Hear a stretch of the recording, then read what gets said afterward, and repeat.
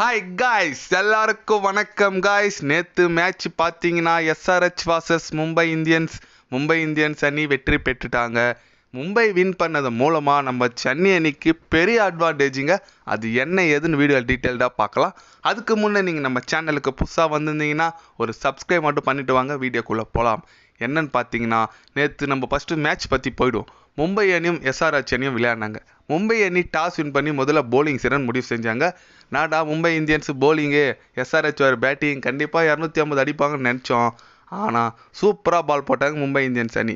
ஸ்டார்டிங்கே நம்ம அபிஷேக் சர்மாவுக்கு பேட்லேயே பால் பல்ல பீட்டுனாயே போயிட்டு இருந்தார். பும்ரா சூப்பராக போட்டு அவர் விக்கெட் எடுத்தார். அடுத்து வந்த கேலிசன், அப்புறம் நம்ம நிதிஷ் ரெட்டின்னு சொல்லிட்டு யாருமே சரியாக விளையாடல. வந்த வேகத்தில் எல்லாமே போயின்னு இருந்தாங்க. அப்புறம் பேட் கமின்ஸ், உங்களெல்லாம் நம்பி டீம் கொண்டு வந்து ஆடுறமாறான்னு சொல்லிட்டு அவர் அடிச்சாருங்க சூப்பராக. 17 பந்துக்கு 35 ரன் அடிச்சார். சூப்பராக ஆடினார். அவர் அந்த நாக்கு ஆடினதுனால தான் எஸ்ஆர்ஹெச் அணி பார்த்தீங்கன்னா 173 ரன் அடிச்சாங்க. 20 ஓவர் இழப்புக்கு. நல்ல டீசென்ட் ஸ்கோர்னே சொல்லலாம். ஏன்னா ஸ்கோர் அவ்வளோ வராத மாதிரி தான் இருந்துச்சு. டீசெண்டான ஸ்கோருக்கு வந்துட்டாங்க.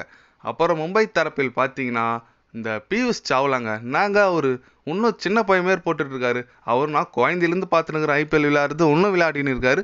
அதனால் சூப்பராக போட்டார். அவர் 3 விக்கெட் எடுத்தாருங்க. குரூஷியல் விக்கெட்டை அவர் தான் எடுத்தார்.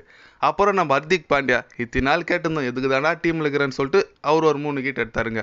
இதை தொடர்ந்து 174 ரன் அடித்தா வெற்றி இலக்குடன் கிளம்புறாங்கன்னா மும்பை அணி. ஆனால் மும்பை அணி வழக்கம் போல் இஷான் கிஷன் நேற்றுக்கு டீமில் இருக்கிறாருன்னு தெரியல, அவரும் அவுட் ஆகி போயிட்டார். ரோஹித் சர்மா அவுட்டு. அப்புறம் நம்ம சூரியகுமார் யாதவும் திலக் வர்மாவும் பார்ட்னர்ஷிப் போட்டாங்க. சூப்பராக பார்ட்னர்ஷிப் போட்டாங்க. நம்ம சூரியகுமார் யாதவ் பார்த்தீங்கன்னா 103 ரன் அடிச்சாருங்க. செமையடி அடிச்சிட்டாருங்க. இந்த பக்கம் அந்த பக்கம் சுற்றி காமிச்சிட்டாருன்னு சொல்லலாம். அவர் வர 1 டவுன்லேருந்து இப்போ 2 டவுன் இறங்குறாரு. ஏன் 2 டவுன் இறங்குறாருன்னா, வேர்ல்டு கப் வந்துச்சு, கண்டிப்பாக ஒரு டீமில் 2 டவுன் தான் இருப்பார். அதனால் அவர் 2 டவுன் இறங்கி டீமை வெற்றி பெற்றாங்க. 17.3 பாலுக்கே சேஸ் பண்ணிட்டாங்க. இதில் பார்த்தீங்கன்னா சென்னை அணிக்கு என்ன அட்வான்டேஜ் பார்த்தீங்கன்னா, நம்ம பாயிண்ட்ஸ் டேபிள் இப்போதைக்கு 3வது இடத்துல இருக்கோம். எஸ்ஆர்ஹெச் அணி நேற்று ஜெயிச்சிருந்தா கண்டிப்பாக 3வது இடத்துக்கு போயிருப்பாங்க, நம்ம 4வது இடத்துக்கு வந்திருப்போம். அதனால் நேற்று தோற்றது மூலிமா நம்ம தொடர்ந்து 3வது இடத்துல இருக்கோம். நம்ம பிளே ஆஃப்ஸுக்கு போனோம்னா கண்டிப்பாக நம்ம எஸ்ஆர்ஹெச் அணி அப்புறம் எல்ஹெச்ஜி அணிலாம் தோத்தா நம்ம வாய்ப்பு பிரகாசமாக இருக்குன்னு சொல்லலாம். அது மட்டும் இல்லாமல் வர மேட்சின் 3ல் 2 ஜெயிக்கணும் நம்ம. அதனால் சென்னை அணி பிளே ஆஃப்ஸுக்கு போகிற இப்போ வாய்ப்பு கொஞ்சம் பிரைட்னஸாகவே இருக்குதுன்னு சொல்லலாம். நம்ம பங்காளி நம்மளை நேற்று காப்பாற்றிட்டாங்க. அதனால் ஃபஸ்ட்டு 2 இடம் பிடிக்கணும்னா அந்த கேகேஆர் அணியும் அப்புறம் ராஜஸ்தான் அணியும் தோத்தா நம்ம வர 3 மேட்ச் ஜெயிச்சா கண்டிப்பாக நான் ஃபஸ்ட்டு டாப் 2ல் பிடிக்கலாம். டாப் 2ல் முடிக்கிறதுக்கு என்ன ஒரு அட்வான்டேஜ் பார்த்தீங்கன்னா, 2 சான்ஸ் கிடைக்குங்க. குவாலிஃபயர் விளாட்லாங்க. அதனால் 2 குவாலிஃபயர் விளாட்லாம்.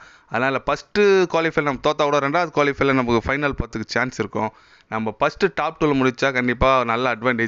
பார்க்கலாம் எந்த மாதிரி அடுத்த டீம் ரிசல்ட்டை வச்சு தான் நம்ம எந்த மாதிரி ஒரு பொசிஷனில் பிளே ஆஃப்ஸுக்கு போகும்னு சொல்லிட்டு எதிர்பார்க்கலாம்.